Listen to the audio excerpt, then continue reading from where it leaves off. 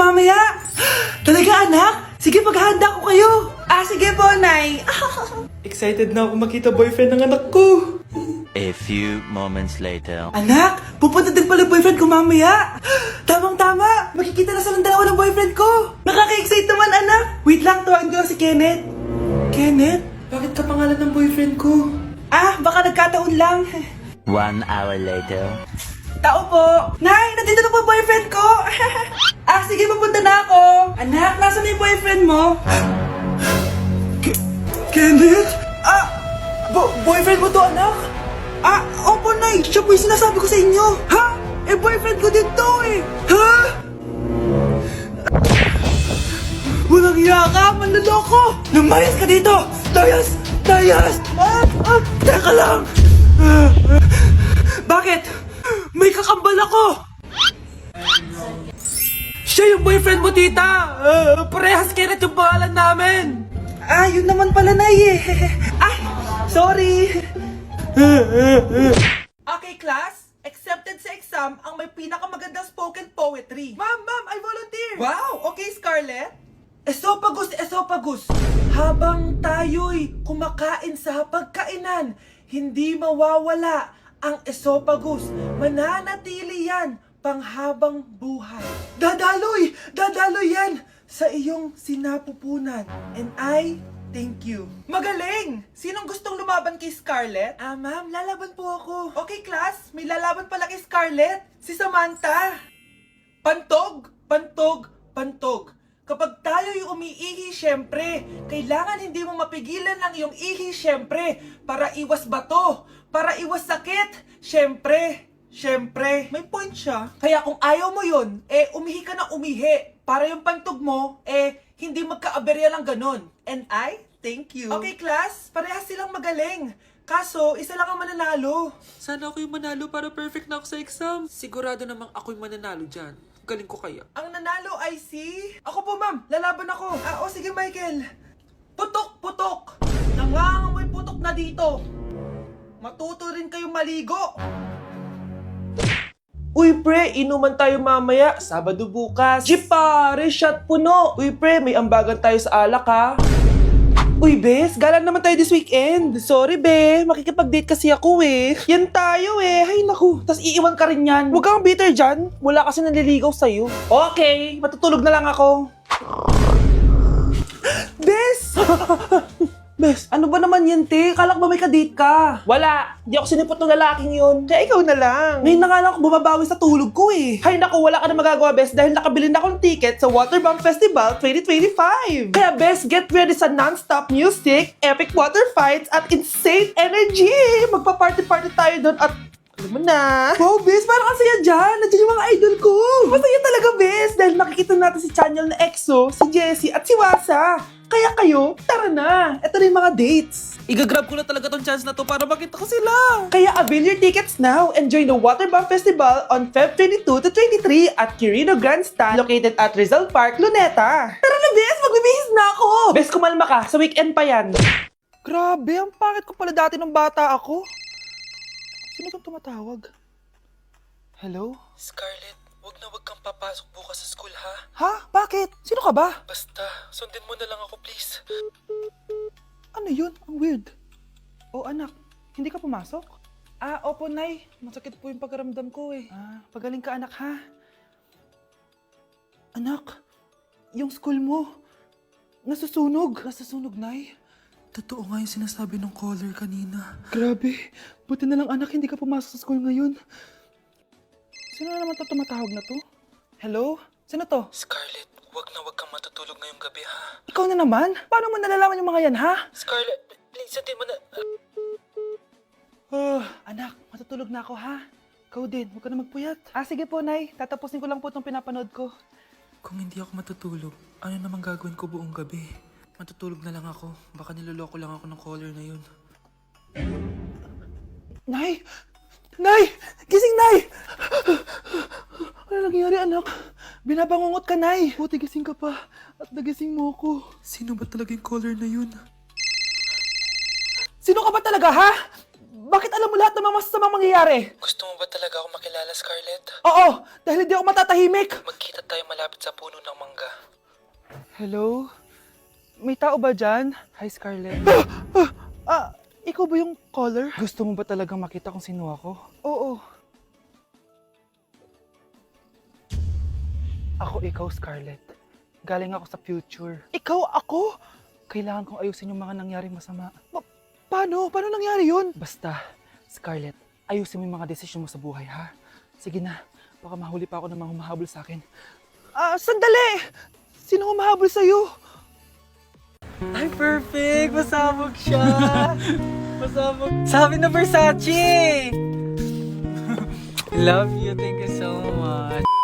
Happy Valentine's Day, everyone! So, kakatapos ko lang mag-aral ngayon. And ayun guys, susurpresahan natin si Honey Bunch. Ayun guys, binilan ko siya ng cake. Tapos ito special gift to. Tapos ito flowers. Tapos sa likod nitong car, ayun may balon doon. May mga balloons doon sa likod. Tapos doon ko gagawin yung surprise ko mamaya. And hinihintay ko siya ngayon. Ang tagal-tagal niya pumunta dito. And also guys, later magdi-date kami. Magdi-dinner kami somewhere around BGC. And ayun guys, kayo, kamusta naman yung Valentine's Day niyo? Special tong Valentine's sa akin kasi last year, ang dami naming na-achieve. And then 3 years na kaming magjowa ni Honey Bunch. So, kaka 3 years lang namin noong January 12. So, marami na kaming achievements. And this is just a celebration of that. And more celebrations to come. So, susulatan ko rin pala siya ng letter. Ayan, para sweet tayo. Ayan, para ma-feel niya talaga na mahal ko siya. Ayan. Wala pala akong papel guys. Envelope lang to. Tapos, dito na lang ako sa likod magsusulat. Pwede naman yun, di ba? Hindi talaga ako ma-letter na tao, pero today is a special day. Kaya bibigyan natin si Honey Bunch ng letter. Sana na-touch ka. So tapos na ako. 1, 2, 3. Siya lang pwede magbasa neto. Guys, may problema ako kasi ang hangin dito. Pag binuksan ko tong likod ng kotse ko, lilipad lahat ng balon sa daan. So di ko alam kung paano mangyayari niyan mamaya. Guys, nandito na siya. Happy Valentine's Day! Uy, ang ganda nito. Happy Go Valentine's Day. Thank you so much. Sunflower. Let's go outside. Come here, baby. I have another gift for you. Ay, shit. Ay, perfect! Pasabog siya! Pasabog siya! Huwag mo na bubuksan mamaya na yan. Ito yung snack mo. Ito yung snack mo mamaya. Happy Valentine's. Let's take a pic.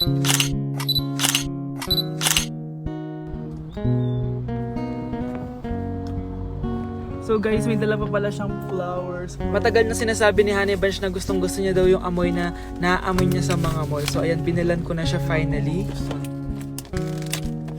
Masyadong maganda yung lalagyan. Ay! Perfume to, no? Sabi na Versace! Hala, thank you! Di ba gusto mo yan? Oo! Perfume ka na! Bawal ko humingi sa Pakita mo. Hindi ko pwedeng humingi sa akin. Love you, thank you so much. Super pasabog siya. This year siya pasabog. Last year wala siyang pasabog. Pero okay lang. May pasabog siya this year. I love Let's eat you. na ba muna here? Go lang. A letter for you. Pero Babasahin natin siya para mag-cringe sa sarili. No! Basta ikaw lang for your eyes only. Ano lang, simple message lang for you. So after nun, ayan, kumain na kami dahil nagutom na kami dalawa. Kumain kami sa Japanese restaurant kasi nag-crave daw siya ng Japanese food. So dependent pala dito pag mag-order guys. Nagpabili nga pala siya ng California Maki tsaka yung chicken. Hindi ko alam kung anong tawag dun. Ayan, so sana nag-enjoy ka naman Honey Bunch and I love you so much. More achievements to come and sana di pa tayo mamatay, no? So ayun lang naman guys. Thank you for watching this video. Bye! Mga anak ko, I got a new bag! Nay, bumili ka na naman? Ilang araw na tayong walang makain. Tapos inunan mo pa yan? Nay, nagugutom na ako. Kayong dalawa, wala kayong karapatang magreklamo ha? Alak lang naman kayo ng tatay niyo sa una niyang asawa. Tatawag ko kay tatay. Akin na yung cellphone mo. Hindi mo na ito makukuha sa akin. Ate, natatakot na ako sa kanya. Oh, ito, kumain ka na. Ate, ganito na lang ba talaga buhay natin? Hindi. Hahanap ako ng paraan para makausap si tatay.